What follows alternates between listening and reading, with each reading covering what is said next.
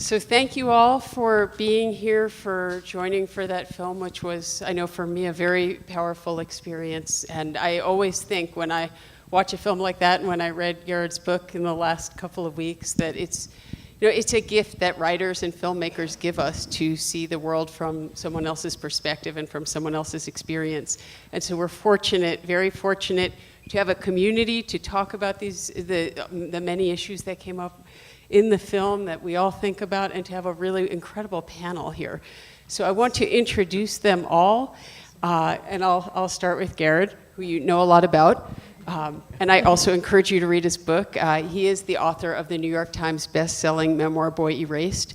He's also a producer and creator of the podcast Unerased, which explores the history of conversion therapy in the United States through interviews, historical documents, and archive materials provided by the Mattachine Society. And as you read, he works with many others to help end conversion therapy in the US and abroad. Professor Tey Meadow, next to Garrard, is Assistant Professor of Sociology and Studies of Women, Gender, and Sexuality. Professor Meadow is the author of Raising the Transgender Child, Being Male or Female in the 21st Century. And Professor Meadow's previous work has examined the operation of legal gender classifications, feminist ethnographic research methods, and the politics of family diversity in post-apartheid South Africa. Next to Professor Meadow is my colleague at the law school, Professor Kendall Thomas. He's the Nash Professor of Law and co-founder and director of the Center for Law and Culture at Columbia Law School. Professor Thomas is likewise author of many wonderful works, including co-editor of Critical Race Theory, the key writings that founded the movement.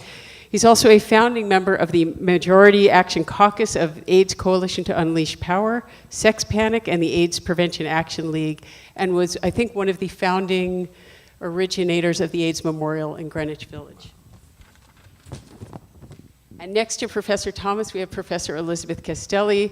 Professor Castelli is the Anne Whitney Olin Professor of Religion at Barnard College. She is a specialist in biblical studies, late ancient Christianity, feminist gender studies in religion, and theory and method in the study of religion. She served on the editorial board of the Journal of Early Christian Studies, the academic advisory board of the Journal of Religion and Gender, and the advisory board for the Center for Religion and Media at NYU. In other words, we have a really incredible group of people to talk with us about the film. And I'm so pleased to turn over the moderating to my colleague in the Office of University Life, Associate Vice President for Student Life, Ixchel Rosal. Thank you so much.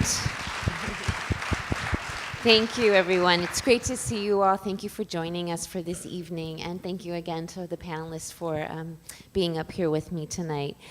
Certainly a beautiful, if painful, film. Lots to talk about, which is why we wanted to pull this panel together. And because we are so fortunate to have you here, Garrard, I wanted to start with you and to have you tell us a little bit about your journey in deciding to tell this story.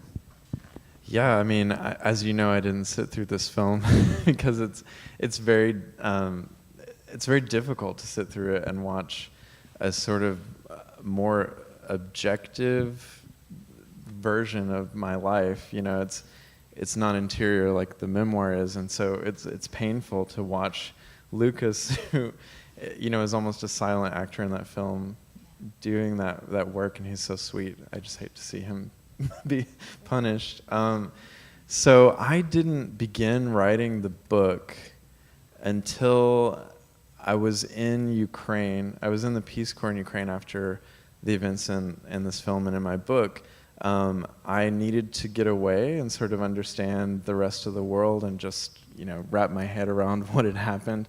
I was in the Peace Corps there, and I happened upon a blog of a former ex-gay counselor, and this person was talking about all the harm that he'd done to people, and then people were adding comments on that blog post about their symptoms after being in conversion therapy. And one person wrote about how he couldn't touch his partner without feeling as though his skin was on fire. And that was one of my weird hang-ups. And I saw this and I was like, oh, I guess that's not normal. Not everyone that touches someone feels that sense of shame and fear. And so I started to think about writing at that point. I wrote a few paragraphs down, and I didn't like what I was doing. It was too painful. I also didn't want, memoir has a bad reputation, I think unjustly, but we're accused often of navel gazing, and I was very sensitive to that. So I wanted to be sure to tell my story within the context of a larger cultural moment. And I began to interview, when I thought about it again, I began to interview my parents first. And I sat down with my mom when she was on a trip in Florida, and I think I ruined her trip. I flew in and I said, "Mom, I'm just gonna spend this day with you, and I'm gonna leave this recorder here, and whenever you wanna talk about what happened, I wanna hear it from your perspective."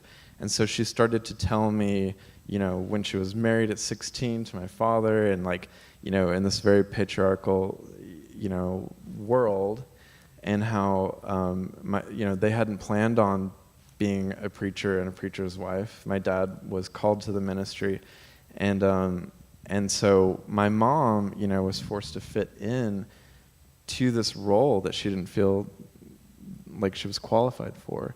And that, I saw her journey echoing mine very quickly, and she was falling into line, and then she told me when she would take me into conversion therapy. I'm sad it didn't make the movie. There was a great scene where Nicole Kidman actually pulls this comforter all the way over her head while she's still in her clothes and her makeup, and just feels you can just see the pain, and she stays that way until she comes to pick me up. And my mom told me she did that. And when I got that visualization, I was like, okay, I think I can write this, because I'd always wanted to write fiction. I didn't want to write memoir, and so I was like, okay, I can see her as a character.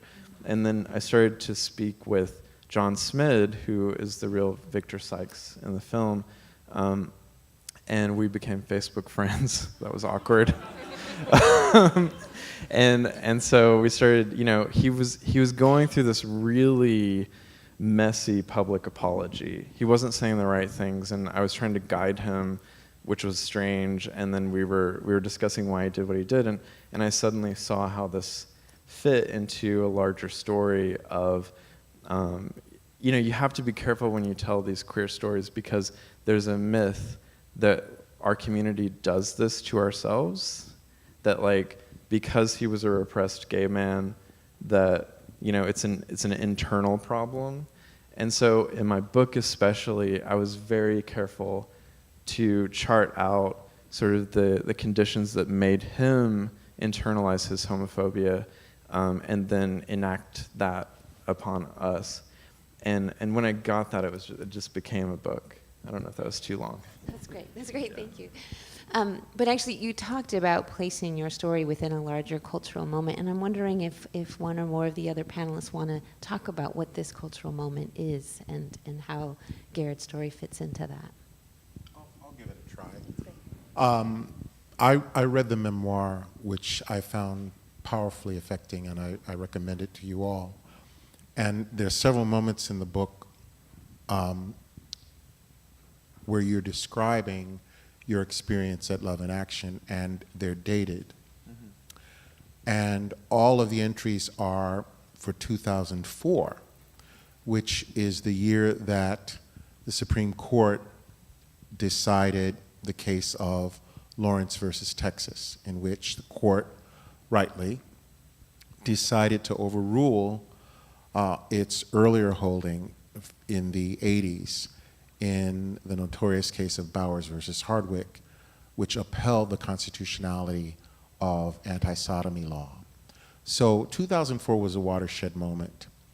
And I think it's important to understand the life world of this film, to think about what 2004 and all that was going on in the culture represented for people like Garrett's family and the members of his father's church. And I say that because, although I'm much older than you, I was raised by my grandfather, who was a Baptist preacher, And I grew up in the Oro Vista Missionary Baptist Church in Oroville, California. Now, there are real differences in race, with respect to race and class, between my experience and the experience that's recounted in the film. But watching the film, I couldn't help but think about the songs and the scriptures that I grew up with, which are still on the tip of my tongue. Create in me a clean heart, O God, and renew a right spirit within me, for I was born in sin, and in sin did my mother conceive me. Or some of the hymns. These are Baptist hymns. You really have to be Baptist to, this is in us. There is a fountain filled with blood. Blood of the Lamb. Drawn from Emmanuel's veins, and sinners plunge beneath that flood, lose all their guilting stains. The dying thief rejoiced to see that fountain in his day, and there may I, though vile as he, wash all my sins away. So from the age of 12 to 17, I played the piano at my grandfather's church, and I escaped by going to Yale at 17 into this secular world. And so the larger moment was one, I think, against the backdrop of the 90s culture wars, in which I think people in the evangelical Protestant Christian community and in the Catholic Church, I think in religious communities more broadly, came to understand that America was changing and that there was a clash between secular democratic values and religious, not always democratic, and sometimes very authoritarian values. So that's a larger backdrop against which this film takes place, which has as one very important component a crisis in faith, right, of people who all of a sudden found themselves confronted in the culture with narratives, with images, with assertions of identities, with demands for dignity that were in many ways alien to them, notwithstanding the absolute mess that these churches are. You write about this a little bit in terms of the hypocrisy that goes on around questions of sexuality. But sexuality is a major conductor in these churches for all kinds of anxieties. So that's why we shouldn't be surprised, for example, that Mr. Trump has thrown, right, to his base the vilification of transgender people, right? That's a response on his part to their anxiety about this current moment. And I think your book captures the social ground in which your personal story can be situated in a really, really powerful and insightful way. So I wanted to broaden even more and actually turn to Elizabeth as a historian of Christianity. Could you talk a little bit about how did we get here, and talk a little briefly about Christianity's complicated history with sexuality and almost its vulnerability to these corruptions?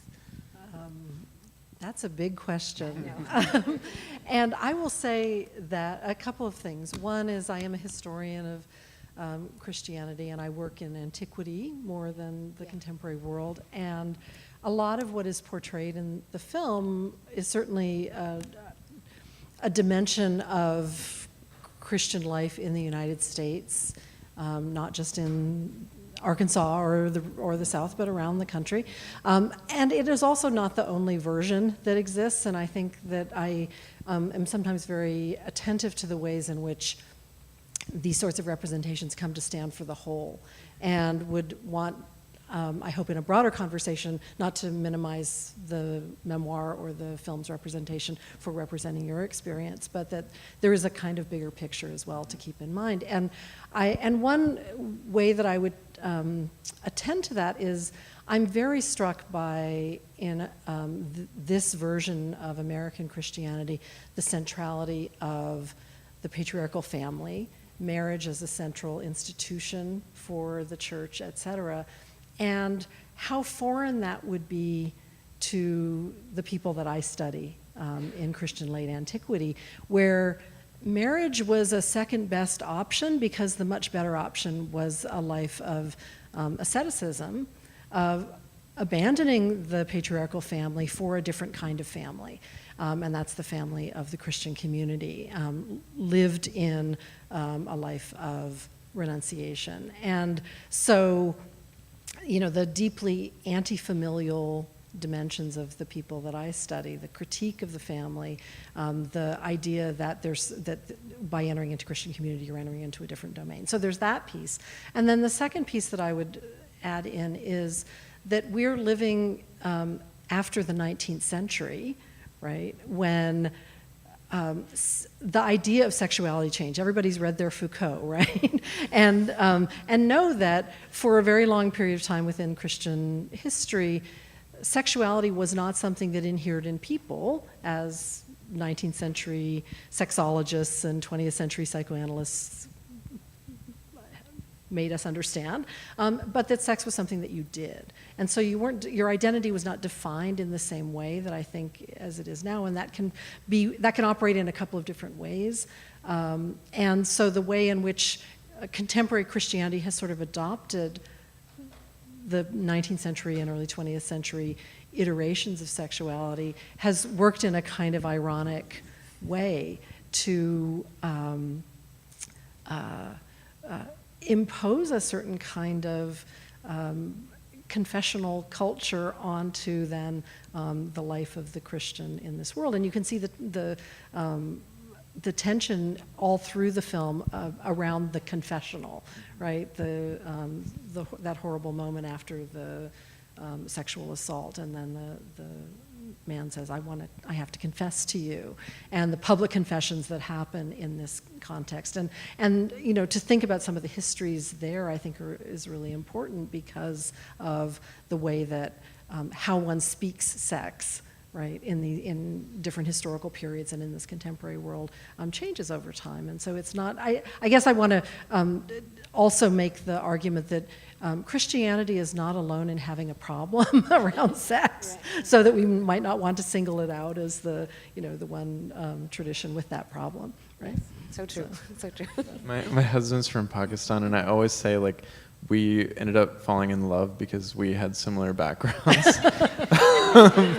Like, not the same, but yeah. when we talked about everything, we were just like, oh, okay. Like the central family, like, yeah. You were different. That's how you were marked. Yeah. Thank you. So in the film and in your story, there is this, the coming out process is renders you incredibly vulnerable. And I wondered today if you could talk a little bit about vulnerability and identity development, and particularly for queer folks in terms of their relationship to family and institutions. Sure. So my work, my most recent work has been on families with significantly gender nonconforming and transgender children, and watching parent development around kind of coming to understand their children's emergent selves, and then the different paths that people have taken toward either facilitating or not facilitating their kids' self-expression. One of the things that I found, it's going to seem almost like one of the most simple things that's both in the book and the film, but that I found the most affecting, was the line in the very beginning when you say, I wish none of this had ever happened, and yet I also thank God that it did. And what it conjures for me is this sense that, I want to say two things. One is that for so many of us, and I was raised in a very secular world, and my research is for the most part very secular, there's something about coming into queerness, coming into some version of an LGBTQ identity that is constituted by the trauma of doing it in a culture in which it is a difficult thing to do.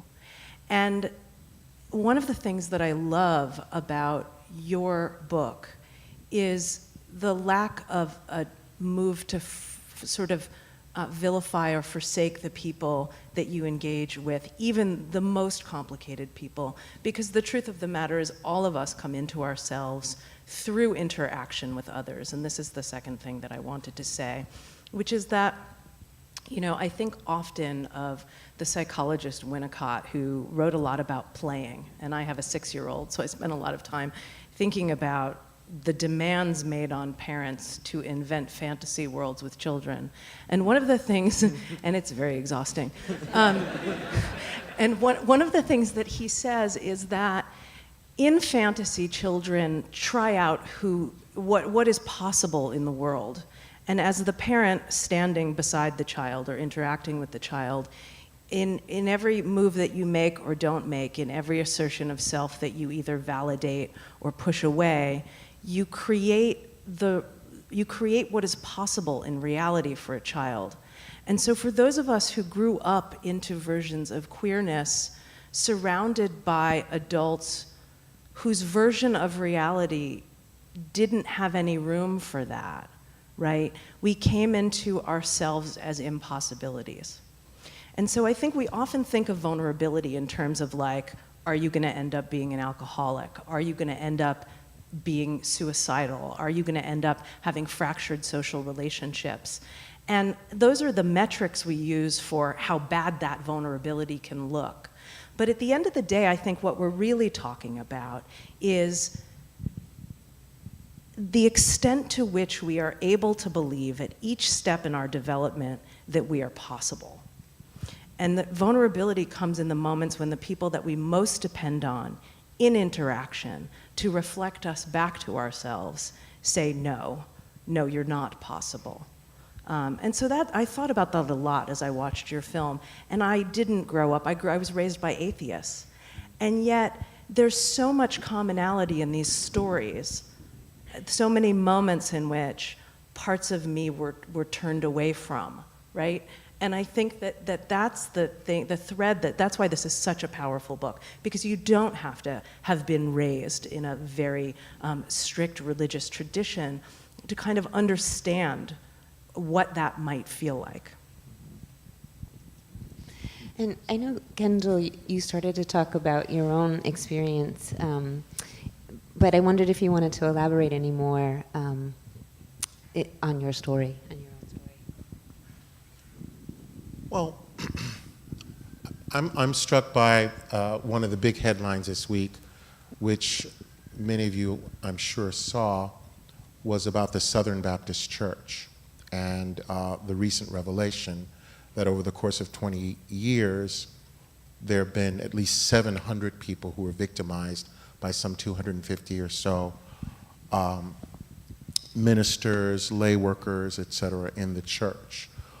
And the film reminded me, on the one hand, of what a repressed environment the church is, but at the same time, what a highly sexualized environment it is. And in the black church, it is well known that much of the church would quite literally be impossible were it not for the contributions of gay men and lesbians. There'd be no music departments, for example, at all, right? Gospel music, as we know it, has in many ways been a queer creation within the very heart of the African American Protestant church. And so there's this schizophrenic relationship, right, to these people. So for me, it wasn't simply a question of impossibility, because in fact, had I not chosen to leave, a part of me knew that I could not live my life fully unless I left. But I remember quite clearly a conversation with my grandfather my last year of high school, and he said, well, you could go to Berkeley or to Stanford, and I could drive down on Friday, pick you up, you could rehearse the choir, play at church on Sunday, and then we'd drive you back down. And so it wasn't as though I couldn't be gay there wasn't a life of being gay that was a possibility for me. It's just that it would have been an incredibly stunted possibility, which would have been about maintaining a kind of invisibility within the church, which was totally at odds with, on the other hand, who I was being held up to be as a smart kid who did well in school, like a lot of the other gay boys, by the way, and who was one of the few who was chosen at the very beginning of the affirmative action years for this incredible life at an elite private university. But I went home every summer, and my grandfather died my sophomore year, and I often wonder, particularly in watching the scenes in the film with the father and the son, what would my relationship with him have been like had he lived? And I will never know. I kept my family. But it wasn't until 1992, during a sermon on Mother's Day of 1992, at my mother's home church. My grandmother was there, and I heard the pastor say in a sermon that was going to be broadcast on the radio that if mothers observed homosexual tendencies in their children and they didn't beat those tendencies out of them, they would have to answer to God on Judgment Day. And I just left the church. And that moment, which happened to be the very same semester I got tenure, was a moment of liberation, but it was the moment of the break. And I mourn that in many ways, even today, because a part of me feels that there's this broken Kendall, right? The one who deeply identifies mostly with the culture of the church. And the intellectual and the activist in me who came to the realization that I simply cannot be a part of this. It is too soul-murdering, and in fact, people die as a result of this religious propaganda. And I think that is something we can never lose sight of. I mean, when I was writing the end of my book, I could have written 500 more pages. I had to do an epilogue, and I remember thinking, what's the most tragic thing that occurred from my experience at Love in Action? And I really feel that it was being separated forcibly from my faith. This was a time when my parents had given me an ultimatum. I realized they didn't have unconditional love at that moment. I believe they do now, but they broke it. And so you're dealing with that. I was also dealing with the effects of assault, and my identity was just, broken. And then God was used, my close relationship with God was used as a weapon against me. And I think that's the biggest tragedy for me personally of my conversion therapy experience. Not all conversion therapy is religious based, but quite a lot of it is. And a lot of different faiths, as you mentioned. But it just feels so tragic to me that what the church also has lost, queer people do make spaces more lively and more fun. It's stereotype, but it's also true. And so they're missing out, on what we can contribute, and they're missing out on our intellect and our activism. And so I find that to be really sad. And a lot of my work now is trying to get LGBTQ people who are also still in a faith to speak out, to try to reform their churches, because I can't do it. I've been, if I go into a church, I feel sort of sick. It scares me to be in a church again. I think that's a shame. So we are about to start the Q&A session, so start thinking of what you would like to ask this stellar panel. But I wanted to come back to you before we turn it over to their questions, and just, if you could, you mentioned your work now, if you could just give us a quick snapshot of what's what's happening in the movement. Wow, to so eliminate conversion it's therapy. kind of crazy. I thought after this film was, over, the whole, I was on tour with the film, I thought, okay, I get to go back to normal, which for me was writing every day.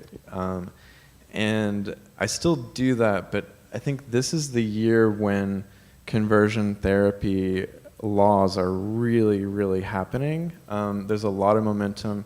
I've been invited to speak at Equality Utah, Equality Florida, Equality North Carolina. Like, a lot of states are doing this, and there's actually a lot of legal stuff that's happening that's a little scary, and we don't know how it's going to turn out. The courts are not necessarily, in our favor. And so it's a tricky moment, but what I try, I've been invited to speak a lot, and I try to tell my personal story, but more importantly, to amplify the voices. As you said, this is one story, right? And it happens to be the mainstream one.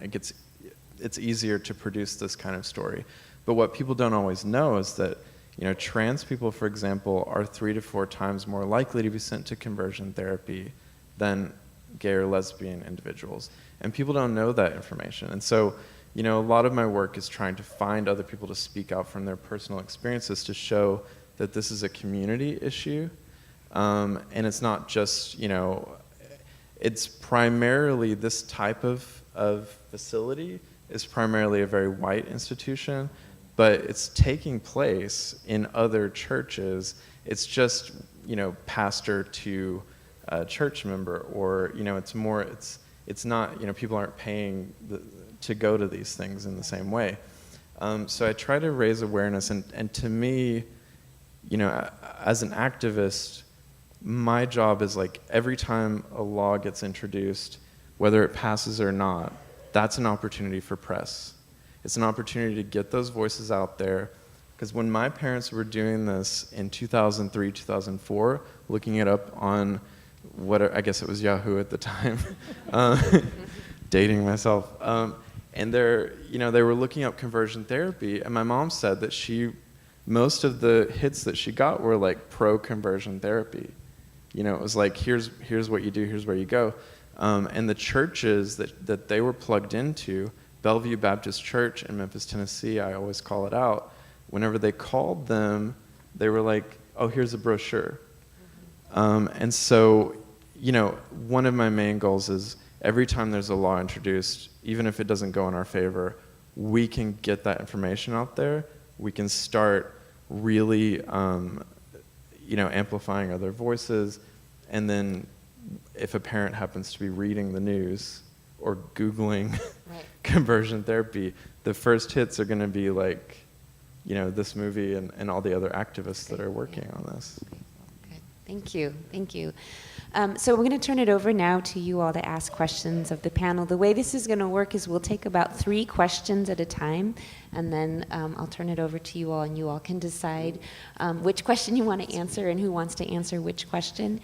I believe there are a couple of people, or at least, one person walking around with a mic, so find a person with a mic and introduce yourself and tell us what school you are with, and then ask your question, and please make it just one question.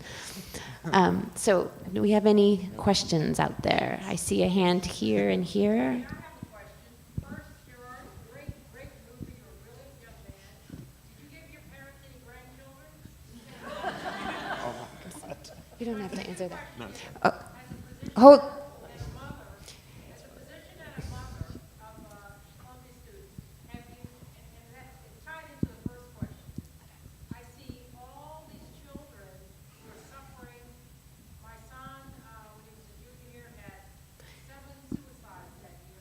Do you see any sort of advocacy to reach out to children, say, in the K through 8 years, give them some mentorship, advice, guidance for their parents, or just adopt someone? Okay. Thank you for that, and we're going to take 2 more questions, and I'll turn it over to the panel. If you can find someone with a microphone, Diana, do you have someone? Or someone over here? Okay. Yeah. Go ahead. Hi. So my name is Miguel. I'm a PhD student, Statistics Department, 3rd year. So my question is, so this July, well, June, July will be the 50th anniversary of Stonewall Inn riots.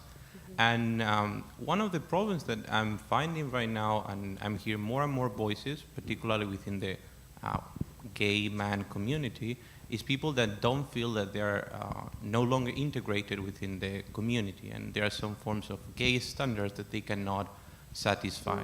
So is that a myth, or there are more things that we need to do, and maybe we got a little bit lazy after those 50 years? Thank you. Okay, great. And one more question, Diana?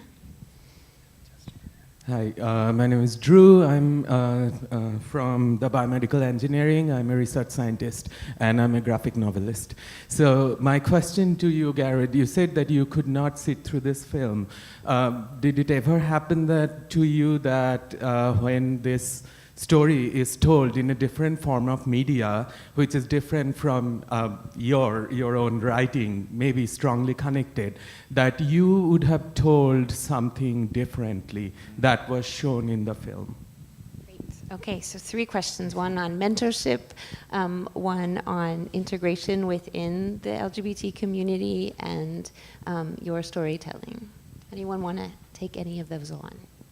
I mean, I can go because I have an easy answer for the movie or the adaptation question.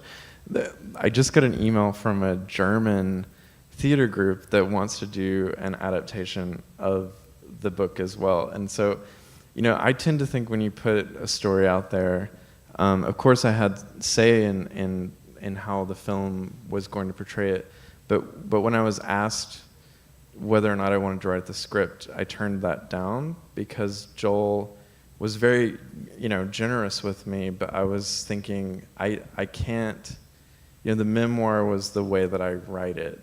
And so what was really wonderful about the film, and I'll answer it a little bit more directly in a minute, but what was wonderful about the film was that I was able to use that as a jumping off point to do what I really wanted to do, which is to do a Radiolab produced podcast that explored the full story beyond my story, and that was fun. That was just like a dream come true, and I get to do a lot of other things now too, but the movie, like, it's difficult because I knew that Joel had a vision for it that wouldn't have been my vision. I would have made something that's probably a little bit closer to the other film that came out, Miseducation of Cameron Post, which I loved, and I love that author as well. But I also saw that there was a need for a lot of these equality groups across the country to use a story that doesn't attack the parents and that really does like an even hand over the whole story. And I was proven right because they've been using a lot of screenings to reach a lot of people. So it's not, you know, I would have made a different film, but luckily now I have the connections to make my own films later. So. Does anyone want to take on one of the other questions? If not, we can go back to the audience. Let's do another round of 3 questions. We have one back here.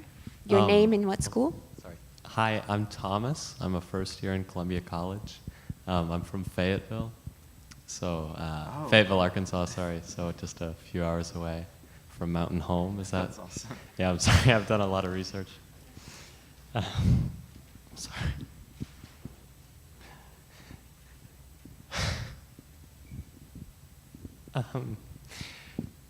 Do you have any advice on how to maintain relationships with parents in the process of embracing your sexual identity?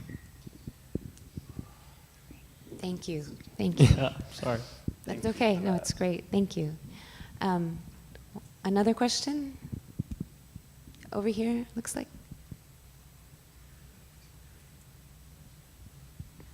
Hi, I'm Chelsea Rodriguez. I go to Columbia College. I have a question for you, Garrett.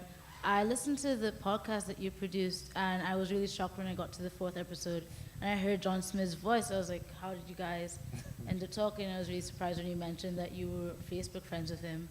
I'm just wondering, what do you think should be his role in things, or do you think we should let him live out his life peacefully? Should there be a greater punishment? Not that we can actually punish him, but I just mean like a greater social punishment for these people? Or is there value to understanding them as like victims of homophobia? Great, thank you. And one more. Down here. Thank you. Hi, my name is Sandy, and I'm a recent graduate of Barnard College. I wanted to ask about, for example, the recent law that passed in New York, how there is still like sneaky, like undercut separation of church and state things going on, and like, I personally had a run-in with Jonah. It's the Jewish. We'll talk. Yeah. But yeah, like I wanted to know, like, even in the face of that, like knowing that even like people think that it's over, like how to not lose hope when it's not really over. Yeah, great, thank you. So maintaining relationships, ways of reconciling or not with folks who are engaging in these kinds of therapies, and the tricky legal landscape.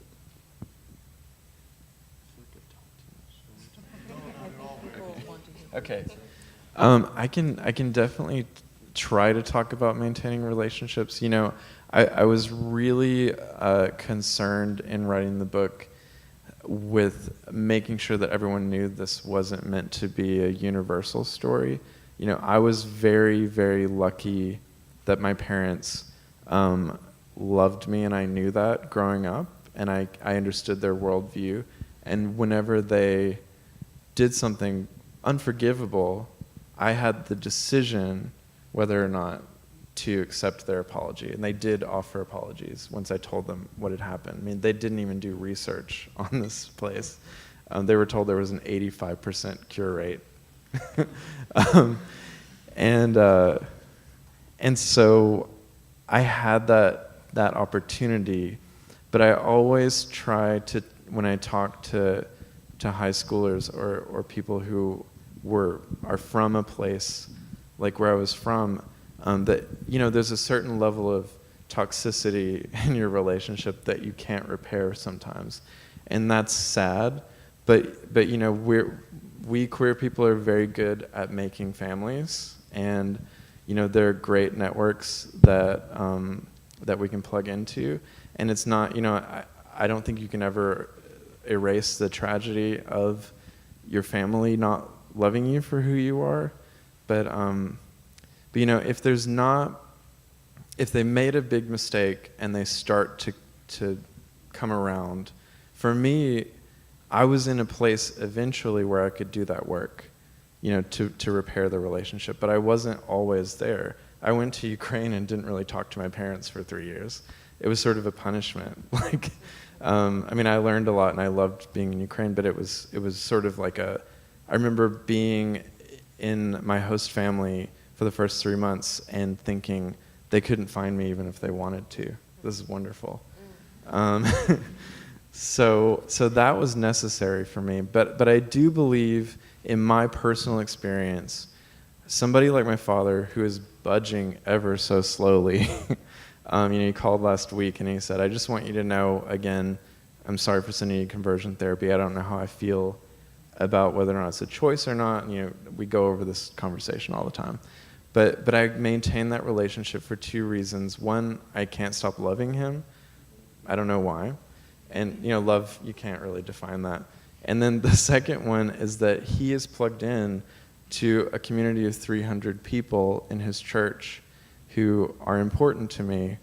And when queer people often inadvertently enter that church because they're younger and their parents take them, it's very, very important that my father not suggest conversion therapy, that he says you're still a human being. That's incredibly important to me, so I do that work, and I still go home like you do once a year, every summer.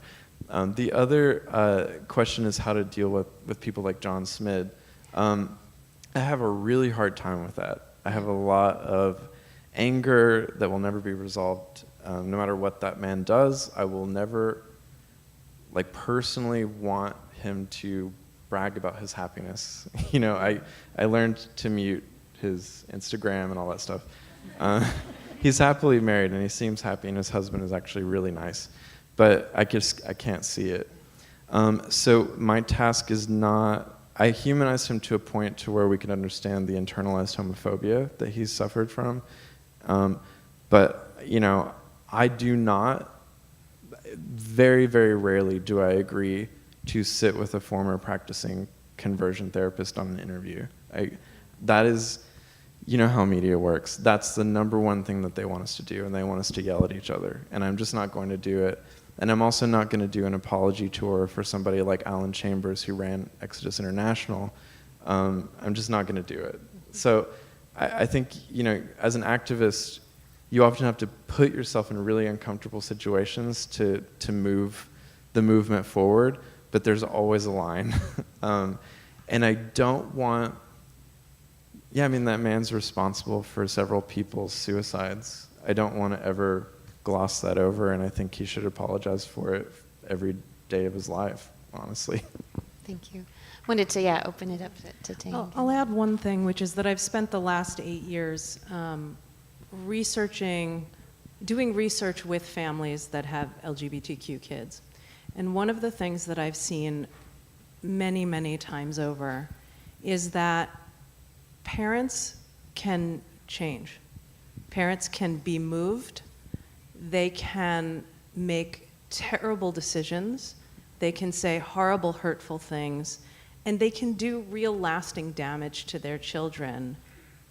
And they can learn and change and grow. And some of the families that I have come to know over many years are today virtually unrecognizable to me as the families I met 8 years ago. And that makes me feel very hopeful. And it doesn't mean that those children won't always carry the pain of all of those mistakes. But that is real, and that is something that I have seen again and again and again. Kendall or Elizabeth, any last thoughts?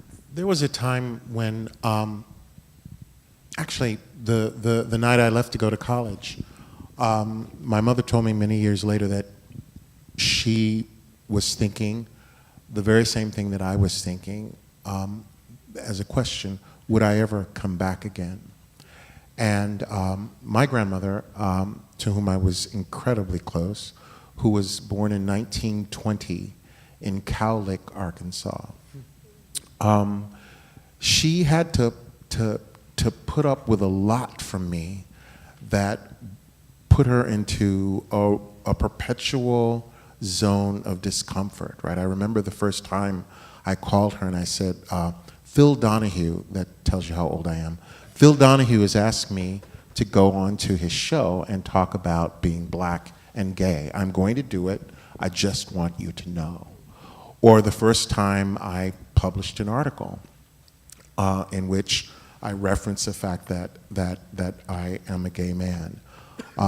These are moments that I've had to learn to use both in the context of my family and this small community in Northern California as teachable moments. When I was 17, 18, 19, it was beyond my power of imagination to envision a moment or place in my relationship with my family of restoration and reconciliation. But time is a powerful force for change. Do I have close relationships with everybody in my family? No. But those relationships have transformed over time. There are, as Professor Meadow just said, there's some things, there's scars that I have that I know I'll always have scar tissue, right? And I have to befriend myself around that pain. Families sometimes aren't able to do that.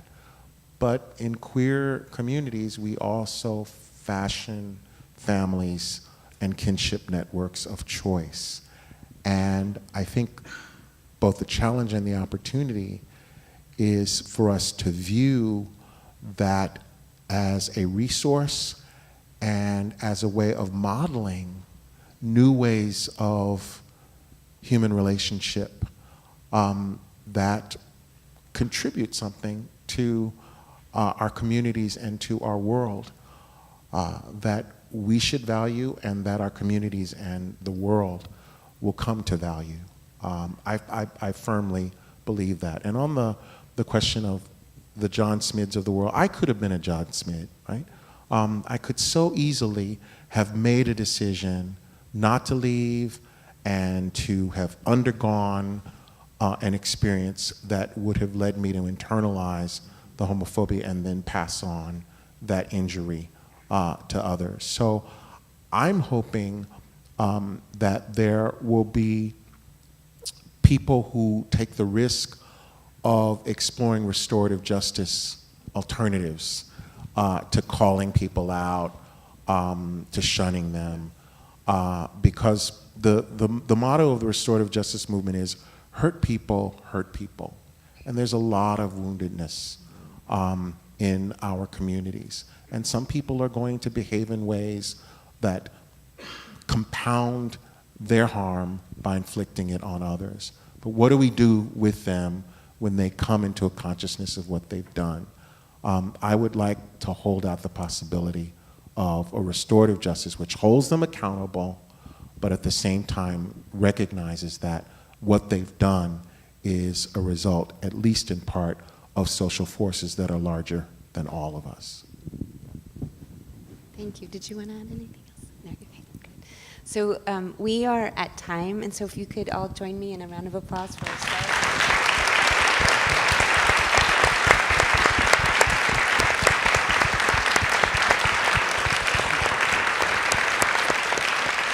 Again, thank you all so much for joining us. I'm with the Office of University Life, and this is what we do. We create spaces for critical conversations about very important issues. And our next conversation is actually coming up on February 27th. It's part of our Awakening Our Democracy series, which is One Nation Under Guns is the topic. So please join us on February 27th. And for more information about all of our events, including a recording of tonight's panel, please visit our website at universitylife.columbia.edu. Good night, everyone, and thank you again. Thank you.